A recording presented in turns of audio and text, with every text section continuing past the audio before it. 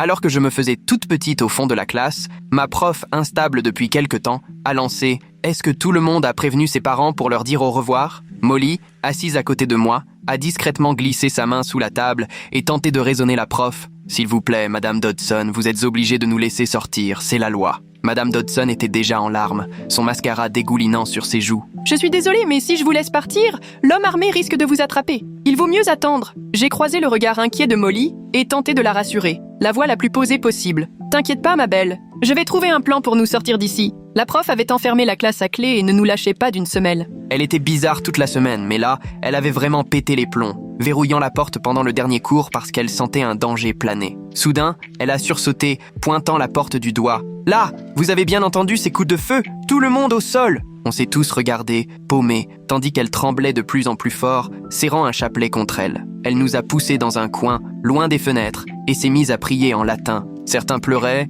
d'autres envoyant des messages affolés à leurs parents. L'école avait sûrement déjà tenté d'appeler nos familles. L'entraînement de basket avait commencé depuis 2 heures et la troupe de théâtre était décimée. Madame Dodson, j'ai peut-être une idée. J'ai fini par risquer, coupant court à ses prières. On pourrait sortir par la fenêtre? On est au rez-de-chaussée? On aurait le temps de filer et d'aller chercher de l'aide. Elle a secoué la tête, hors d'elle. Non, il y a des complices dehors. Ils vous tireront dessus dès que vous mettez un pied dehors. Je ne peux pas vous laisser faire. Elle s'est alors mise à faire le tour de la classe, étreignant chaque élève les uns après les autres, en répétant qu'elle nous aimait tous. Les élèves reculaient, franchement gênés. La prof, qui d'habitude corrige nos copies en silence, bien droite sur sa chaise, avait maintenant un regard halluciné et transpirait à grosses gouttes sous son gilet. Bradley, le rebelle qui passait son temps à dormir au fond, s'est levé, bras croisés. « Franchement, madame, vous êtes tellement tarée que j'ai presque envie de bosser. Ouvrez la porte, c'est n'importe quoi. » Il était plus que l'heure. La journée de cours était terminée depuis 4 heures. Le visage de madame Dodson s'est tordu, méconnaissable. « La seule sortie que tu trouveras, c'est tout droit en enfer.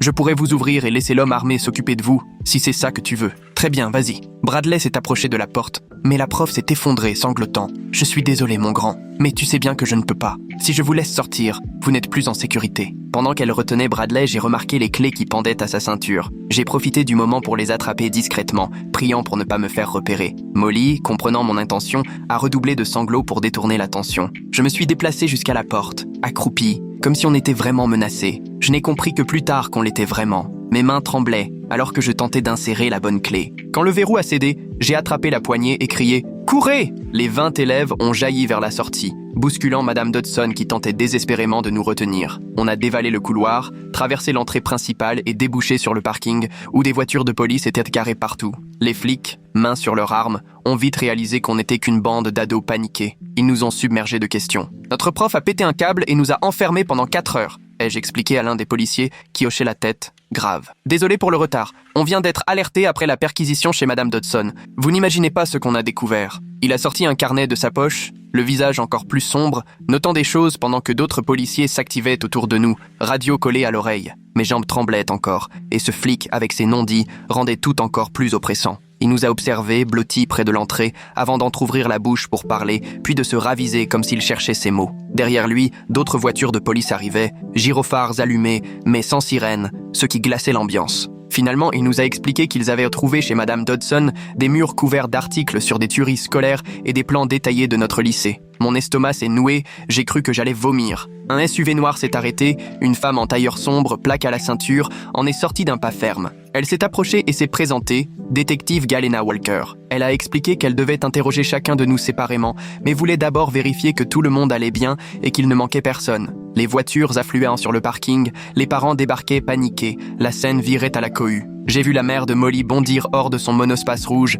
et courir vers sa fille en larmes, la serrant contre elle comme jamais. Mon père est arrivé plus calmement avec son pick-up, l'air perdu, inquiet. Il s'est approché de moi, m'a posé la main sur l'épaule, sans un mot, comme il fait toujours quand il veut me rassurer dans les moments difficiles. De loin, j'ai vu Molly trembler dans les bras de sa mère et j'ai voulu les rejoindre. La détective Walker m'a stoppé, expliquant qu'on devait rester séparés tant que chacun n'avait pas été entendu. Je culpabilisais de ne pas avoir pu tenir ma promesse de protéger Molly alors que je la regardais s'effondrer. La berline grise du proviseur Burry s'est garée à sa place. Il a traversé tout le parking, sa cravate flottant derrière lui, et s'est précipité vers la détective Walker pour organiser les entretiens dans le bureau principal, à l'écart de la pagaille. Il qualifiait les faits de « l'incident » en multipliant les formules prudentes de jargon juridique sans jamais oser croiser nos regards. Le parking entier ressemblait à une scène de crime, avec les rubans jaunes et tout ce qui va avec. L'inspectrice Walker m'a attiré à l'écart, près du mât du drapeau, pour discuter à l'abri du tumulte. Elle a sorti un enregistreur, m'a demandé si j'acceptais qu'elle enregistre l'entretien pour l'enquête,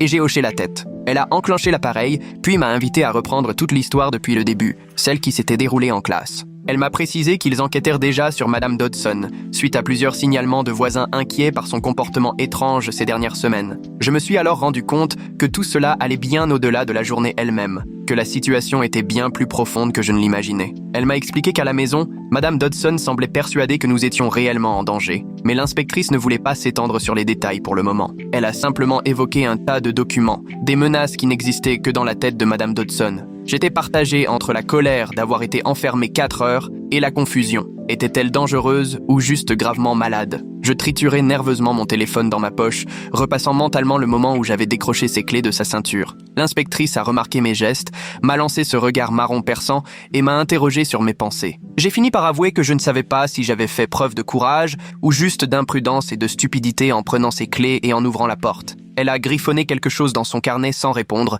ce qui me rendait encore plus nerveux. 2 ambulances sont arrivées sur le parking, les équipes ont déployé le matériel, même si personne n'avait été blessé physiquement pendant le confinement. Elles ont fait le tour pour prendre les constantes de chaque élève, posant des questions sur l'état de choc ou les signes de panique. Sarah, de notre classe, n'arrivait plus à respirer et tremblait tellement qu'elle n'arrivait même plus à tenir son téléphone. Un ambulancier lui a tendu un sachet en papier pour qu'elle respire dedans, tandis que sa mère tentait de la rassurer en lui frottant le dos. Peu à peu, les voitures des parents ont afflué. Tout le monde s'est précipité pour récupérer les enfants. Et très vite, le parking s'est transformé en chaos. Certains parents hurlaient sur le proviseur Burris, exigeant des explications sur la façon dont une prof avait pu enfermer une classe entière pendant des heures. D'autres restaient figés, en larmes, serrant leurs enfants contre eux comme s'ils avaient failli les perdre. Toute la scène avait des allures de mauvais rêve. J'avais l'impression d'être spectateur de la vie de quelqu'un d'autre vu à la télé, au lieu de la vivre. Burris a grimpé sur un banc, mégaphone en main, pour tenter de se faire entendre dans la cohue. Il a annoncé que le lycée resterait fermé le lendemain, le temps de revoir les mesures de sécurité et que des psychologues seraient présents pour ceux qui auraient besoin d'aide. Il utilisait ce langage flou, façon discours d'entreprise, sur la sécurité future des élèves, sans jamais expliquer ce qui s'était vraiment passé ni prendre la moindre responsabilité. Personne ne semblait convaincu, les questions fusaient sur d'éventuelles suites judiciaires ou la responsabilité du lycée. Bradley, de loin, a repéré une camionnette de télévision blanche qui se garait, antenne satellite sur le toit, et il s'est rué dessus avant que qui que ce soit ne l'en empêche. La journaliste vérifiait sa coiffure dans le rétroviseur quand Bradley l'a interrompue pour lui raconter, tout excité, notre enfermement. Aussitôt, elle a fait signe à son caméraman de filmer pendant que Bradley gesticulait dans tous les sens en se donnant le beau rôle. Il prétendait avoir tenu tête à Madame Dodson et sauvé tout le monde en la distrayant pendant que je prenais les clés. D'autres élèves de la classe levèrent les yeux au ciel en entendant son récit, mais personne n'avait l'énergie de le contredire. Le comportement de Madame Dodson me laisse perplexe. Elle sanglotait, du mascara plein les joues, répétant qu'elle voulait nous protéger d'un tireur imaginaire. Sa façon de serrer son chapelet et de nous regrouper dans un coin, 20 élèves entassés, me fait me demander ce qui a bien pu la faire basculer après cette semaine où elle avait déjà agi bizarrement. La journaliste hochait la tête, posait ses questions, tandis que le caméraman filmait le visage écarlate et en sueur de Bradley, qui désignait l'école comme s'il jouait sa vie dans un film d'action. Une partie de moi aurait voulu raconter la vérité, mais au fond, je n'en avais plus la force ni l'envie. Mon téléphone a vibré. Molly m'envoyait un message. Elle n'en pouvait plus. Elle voulait juste partir avec ses parents. Tout de suite. Je l'ai vue s'éloigner vers la voiture, sans un regard pour moi ni pour personne d'autre. Sa mère l'enveloppait d'un bras, son père portait son sac, et il la guidait loin de tout ce tumulte. J'ai commencé à les suivre, puis j'ai compris qu'elle avait besoin d'air et que ma présence ne servirait à rien. La promesse que je m'étais faite de la protéger paraissait soudain bien dérisoire, maintenant que tout était terminé et qu'elle partait sans moi. L'inspectrice Walker est revenue vers moi, m'a tendu une petite carte de visite blanche avec le logo du commissariat et m'a dit que je devrais passer au poste le lendemain matin pour raconter en détail tout ce qui s'était passé. Sa voix avait une drôle de tonalité, comme si elle en savait beaucoup plus sur Madame Dodson qu'elle n'osait l'avouer.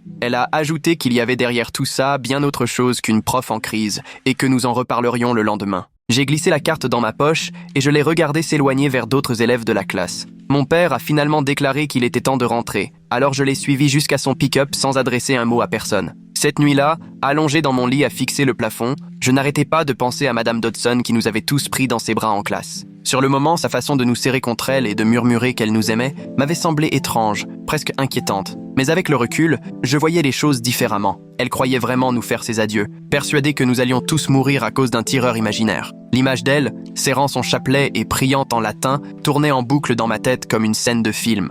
Mon téléphone n'arrêtait pas de vibrer, inondé de messages du groupe de discussion de la classe, créé dès qu'on avait pu quitter l'école. Chacun y allait de sa propre théorie sur les raisons du comportement de Madame Dodson et sur ce que la police avait bien pu découvrir chez elle. Quelqu'un racontait que son grand frère avait entendu dire que Madame Dodson avait appelé le 17 plus tôt dans la semaine à cause de bruits de coups de feu qui n'étaient en réalité que des sons de chantier provenant des nouvelles maisons en construction à côté. Une autre personne affirmait qu'elle signalait presque tous les jours, depuis un mois, la présence de voitures suspectes sur le parking du lycée. Petit à petit, tous ces éléments de sa paranoïa dessinaient un motif étrange qui, avec du recul, expliquait assez bien son comportement récent. Je repensais sans cesse à ce qu'avait dit l'inspectrice Walker, qu'il y avait encore des choses à découvrir, et je me demandais ce que cela pouvait bien signifier. Mon esprit imaginait tous les scénarios possibles sur ce que la police aurait pu trouver chez elle, et chacun semblait pire que le précédent. Peut-être qu'elle possédait des armes, qu'elle avait élaboré des plans inquiétants, ou qu'elle avait rédigé un manifeste expliquant qu'elle voulait nous protéger de dangers sortis de son imagination. Ne pas savoir, au fond,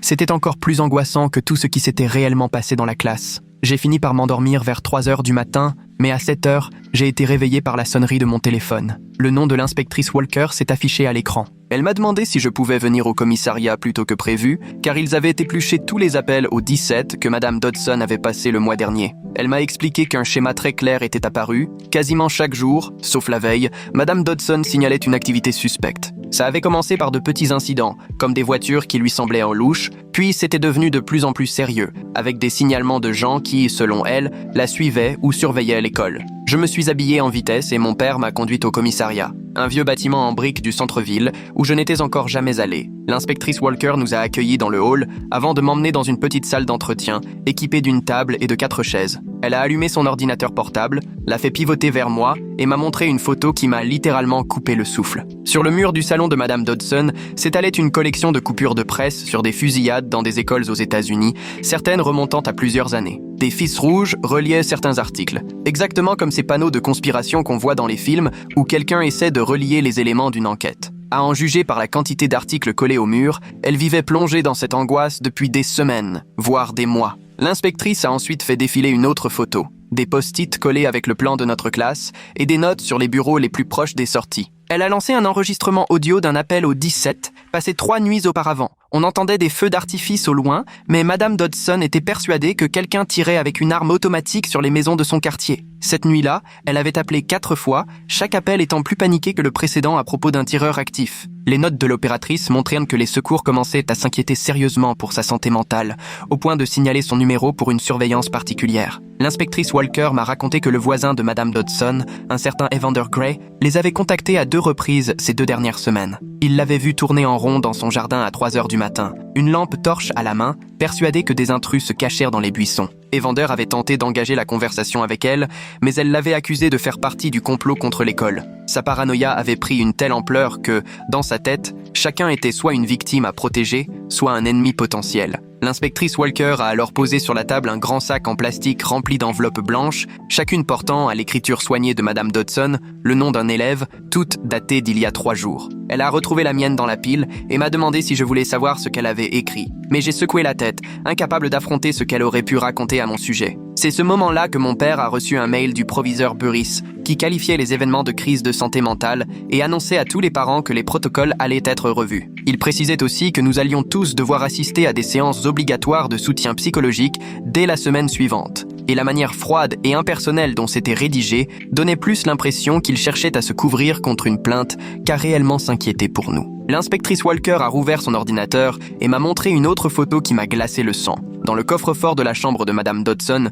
ils avaient retrouvé une arme à feu et 3 boîtes de munitions, achetées 2 semaines plus tôt dans une armurerie du coin, après qu'elle se soit convaincue qu'une attaque contre notre école était imminente. La détective m'a expliqué que l'arme était tout à fait légale et que Madame Dodson avait passé tous les contrôles, ce qui rendait la situation encore plus terrifiante. Elle avait pu se procurer une arme tout en étant en pleine crise délirante. Sur la photo suivante, on voyait un sac à dos noir posé près de la porte d'entrée, rempli de colliers de serrage, de rubans adhésifs, d'un marteau, de cordes et de matériel de premier secours. L'inspectrice m'a expliqué que Madame Dodson préparait ce sac d'urgence, convaincue qu'elle devrait un jour barricader notre classe pour nous protéger d'éventuels assaillants, et l'ampleur de ces préparatifs rendait son délire encore plus tangible et inquiétant. 3 jours plus tard, j'ai eu mon premier rendez-vous avec la psychologue scolaire, Rachel Addison, qui m'a appris une technique de respiration. Inspirer en comptant jusqu'à 4, puis expirer en comptant à nouveau jusqu'à 4. Elle m'a expliqué que ce que je ressentais dans les endroits bondés s'appelait l'hypervigilance, que c'était une réaction normale après ce qu'on avait traversé, mais même en le sachant,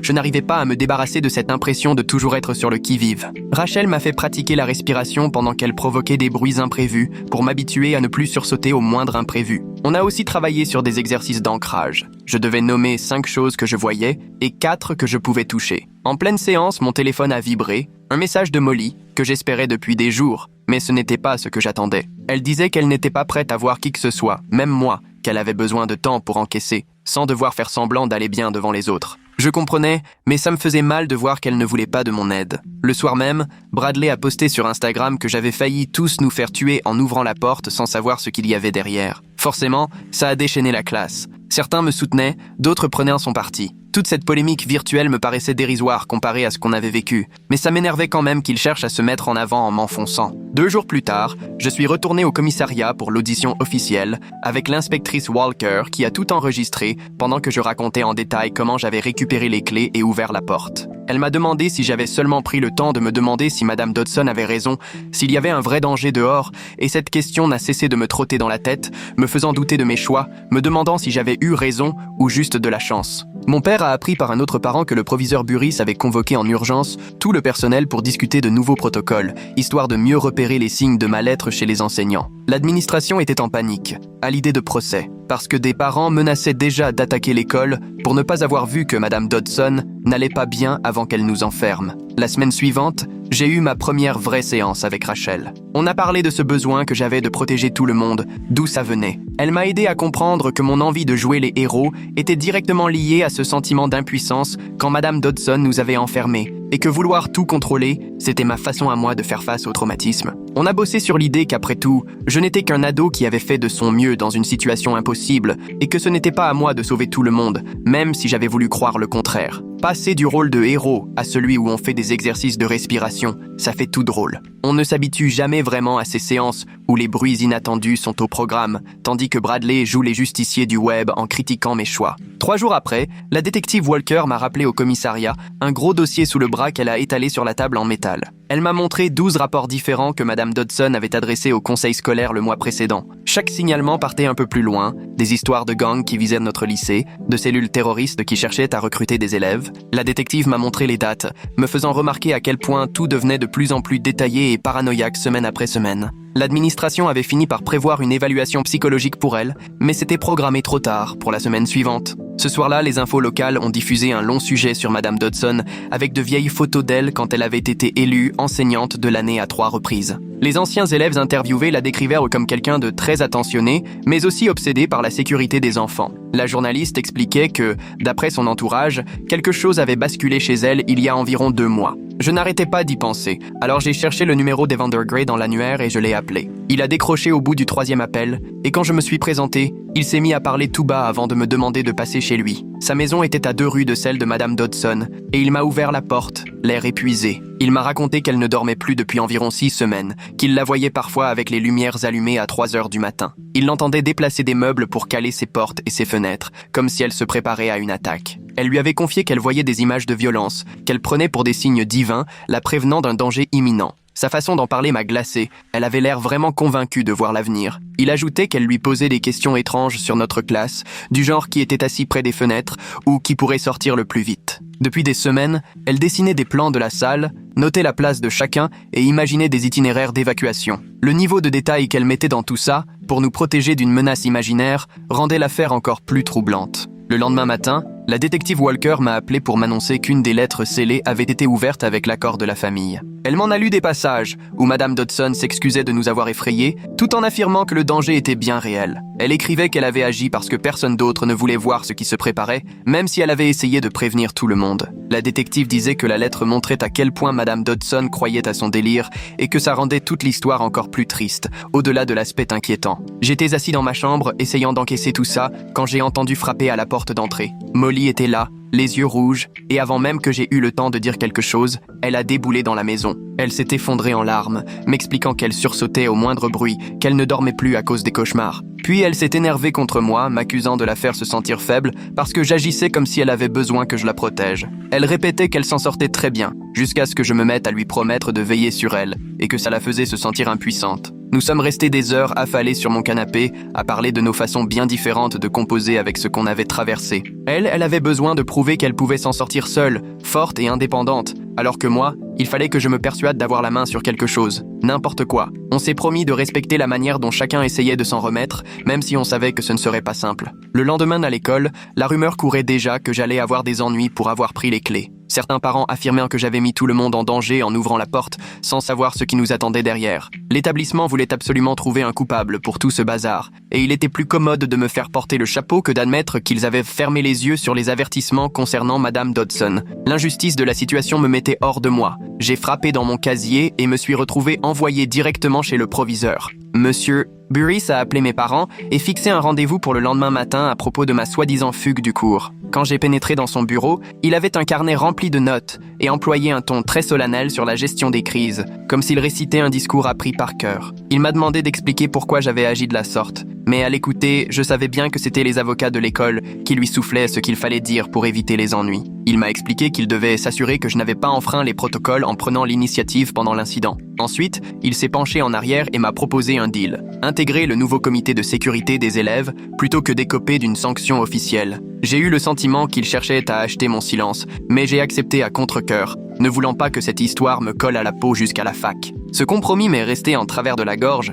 mais c'était la solution la plus raisonnable. Cet après-midi-là, j'avais rendez-vous avec la conseillère Rachel, à qui j'ai confié toute ma colère d'être punie alors que j'avais tout fait pour sauver les autres. Elle m'a appris une technique pour faire la différence entre ce que je maîtrise et ce qui m'échappe. On a fait des listes sur une feuille, d'un côté mes propres réactions, de l'autre les décisions des autres. Ces petits outils m'ont aidé à prendre un peu de recul sur ma colère, même si elle ne disparaissait pas pour autant. 2 jours plus tard, Rachel a organisé une séance de groupe et je me suis retrouvé assis en cercle avec 12 autres élèves de la classe. Elle nous a demandé de raconter ce qu'on avait ressenti quand Madame Dodson avait fait le tour de la classe pour nous prendre dans ses bras ce jour-là. Sarah s'est effondrée en larmes, avouant qu'elle avait trouvé ça insupportable parce que Madame Dodson était trempée de sueur et ne voulait plus nous lâcher. Simon, lui, disait qu'il s'était senti rassuré parce qu'au moins quelqu'un faisait quelque chose, même si ça paraissait bizarre. Jessica, furieuse, a déclaré que Madame Dodson n'avait pas le droit de nous toucher sans notre permission. J'étais surpris de voir à quel point nos réactions étaient différentes. Dans ma tête, tout le monde avait forcément détesté ce moment autant que moi.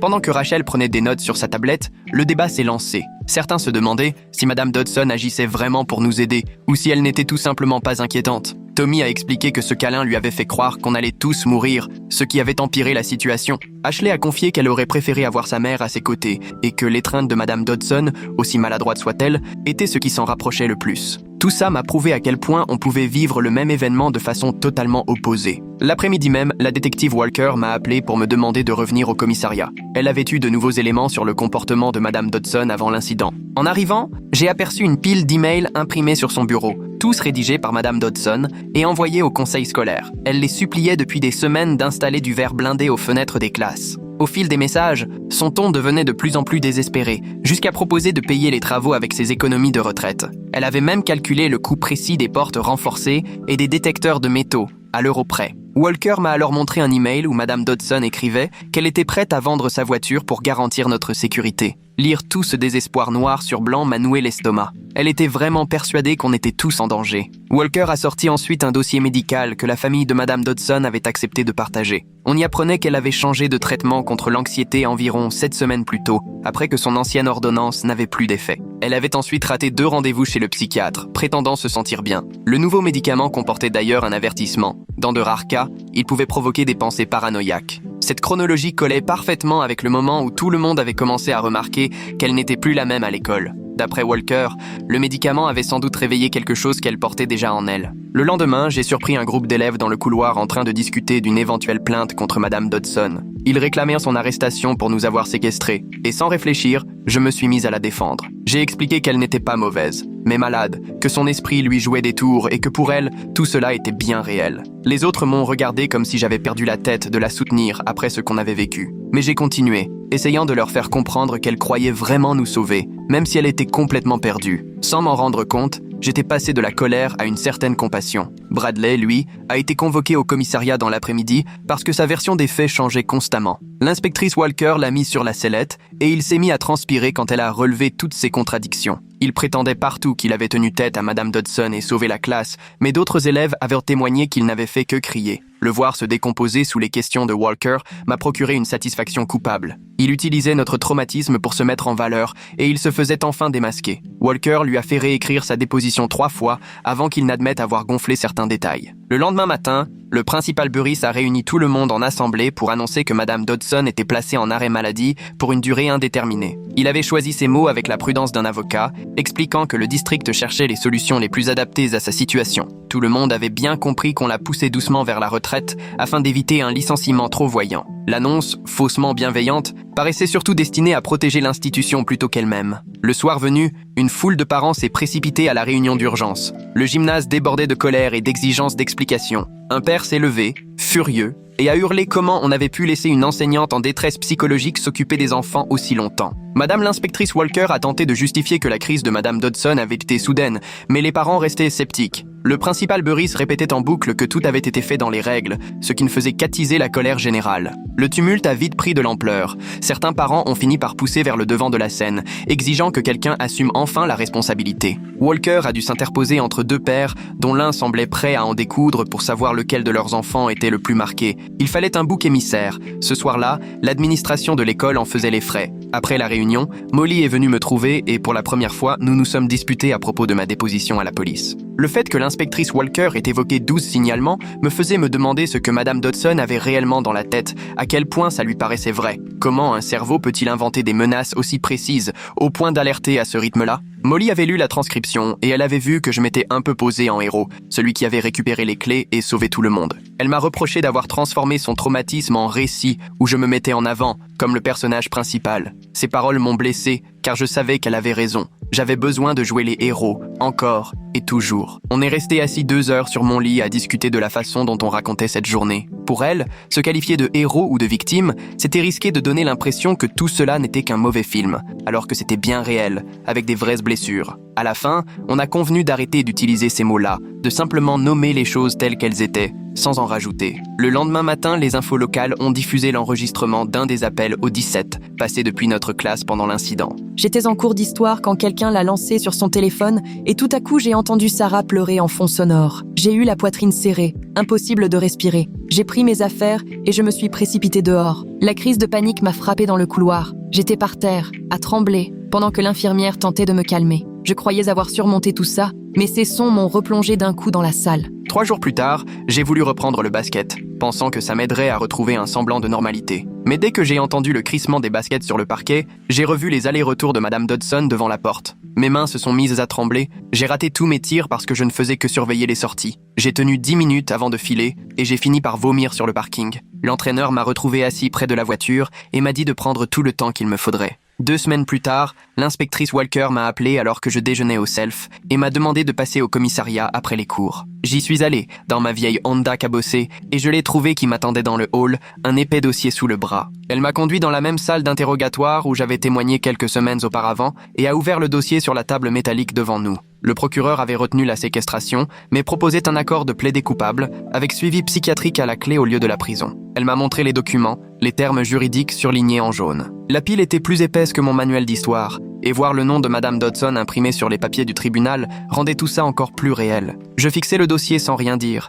pendant que Walker m'expliquait que la justice reconnaissait que Madame Dodson était malade quand elle nous avait enfermés en classe. Ce soir-là, je me suis assis à mon bureau et j'ai commencé à écrire une lettre à Madame Dodson sur une feuille de cahier. Ma main tremblait en essayant de lui dire que je comprenais qu'elle avait voulu nous protéger et que j'espérais qu'elle irait mieux. J'ai barré plusieurs phrases, recommencé 3 fois avant d'arriver à quelque chose de juste, ni faux, ni plein de rancœur. Le lendemain matin, j'ai donné la lettre à l'inspectrice Walker au commissariat et lui ai demandé si elle pouvait la transmettre, si les médecins l'autorisaient. Elle l'a glissée dans une pochette scellée, le nom de Madame Dodson inscrit dessus. Plus tard dans la journée, Rachel m'a convoqué dans son bureau. Je lui ai montré une copie de la lettre. Elle s'est assise à côté de moi sur le canapé, a relu chaque phrase avec son stylo rouge et m'a aidé à reformuler les passages qui semblaient excuser ce qui s'était passé. Tu peux comprendre sa maladie sans pour autant excuser le mal qu'elle a causé, m'a-t-elle dit en barrant tout un paragraphe. On a réécrit ensemble, en mettant l'accent sur ce que j'avais ressenti, la peur, la confusion, au lieu d'essayer de soulager la culpabilité de Madame Dodson.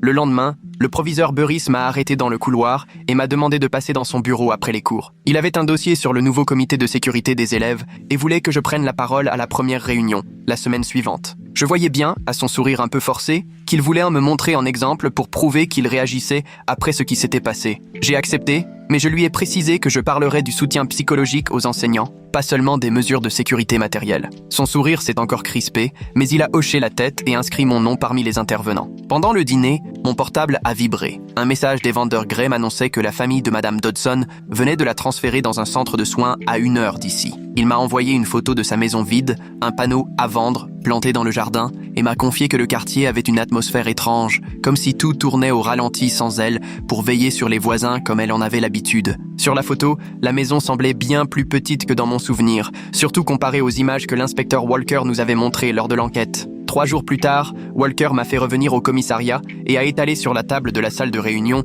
un tas de documents et d'objets, tout ce qu'ils avaient rassemblé. Il y avait ce mur recouvert d'articles de journaux sur les fusillades dans les écoles, annotés au feutre rouge, les enregistrements de bruits suspectés d'être des coups de feu qu'elle avait signalés alors que ce n'étaient que des travaux, les lettres sous enveloppe qu'elle avait écrites à chacun de nous pour nous dire au revoir, le sac d'urgence rempli de colliers de serrage et de rubans adhésifs, l'arme qu'elle avait achetée 2 semaines avant de nous enfermer, ainsi que les dossiers prouvant qu'elle avait manqué 3 rendez-vous pour son nouveau traitement contre l'anxiété. Chaque pièce à conviction était marquée d'une étiquette jaune avec un numéro, et voir tous ces éléments alignés comme les pièces d'un puzzle m'a ouvert les yeux sur la gravité de sa maladie. Rachel m'a demandé d'apporter la lettre pour notre prochaine séance et de la lire à voix haute face à elle. J'ai craqué dès le 2e paragraphe, et arrivé au passage où j'expliquais que je n'étais qu'un gamin effrayé qui voulait bien faire, les larmes ont coulé plus fort que jamais depuis ce fameux jour en classe. Elle m'a tendu des mouchoirs et m'a rappelé que j'avais fait tout ce que je pouvais dans une situation qu'aucun adolescent ne devrait avoir à affronter. Pleurer, c'était comme poser un sac à dos trop lourd que je portais sans même m'en apercevoir depuis des semaines.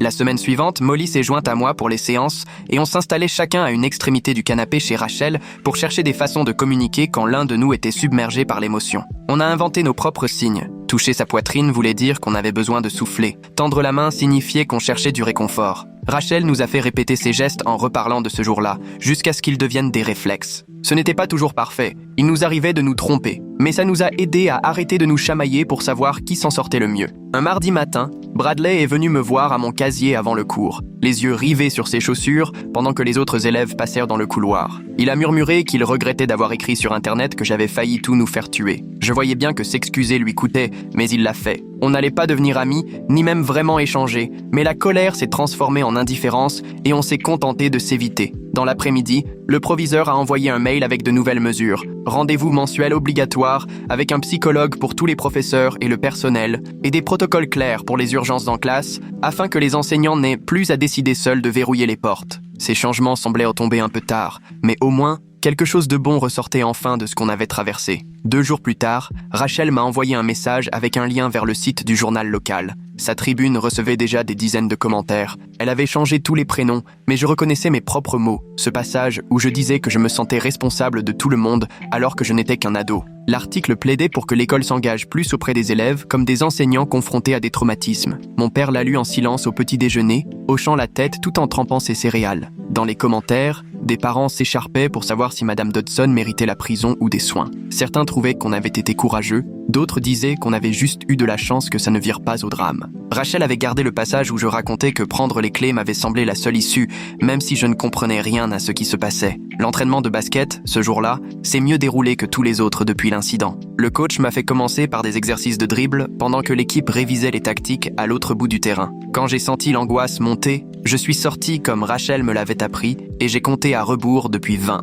Au bout de 10 minutes, j'ai pu retourner dans le gymnase et réussir mes lancers francs un bon quart d'heure. Le bruit des baskets me crispait encore, mais je suis resté jusqu'à la fin de la séance. Mes coéquipiers ne disaient rien quand je faisais une pause, mais je les voyais veiller sur moi discrètement, juste pour s'assurer que ça allait. L'inspectrice Walker m'a appelé après l'entraînement pour me demander de passer au commissariat. Elle avait une enveloppe portant mon nom, écrit de la main tremblante de Madame Dodson. À l'intérieur, un mot de 2 phrases. Elle me remerciait d'être restée calme et assurait qu'elle recevait enfin l'aide qu'il lui fallait. Walker m'a expliqué que les médecins pensaient que ça l'aiderait à aller mieux de savoir que nous nous en sortions. J'ai rangé le mot dans ma poche, et la colère qui ne me quittait plus depuis des semaines s'est un peu dissipée. Ce soir-là, je lui ai simplement répondu que j'espérais qu'elle se rétablirait. Le proviseur Burris m'a laissé un message vocal pour me demander de passer dans son bureau avant les cours. Il m'a tendu une lettre à en-tête du lycée officialisant la clôture de mon dossier disciplinaire en raison de circonstances exceptionnelles et de ma participation au comité de sécurité. Ce courrier m'innocentait complètement. Il m'a fait signer un exemplaire pour les archives et m'a remis l'original.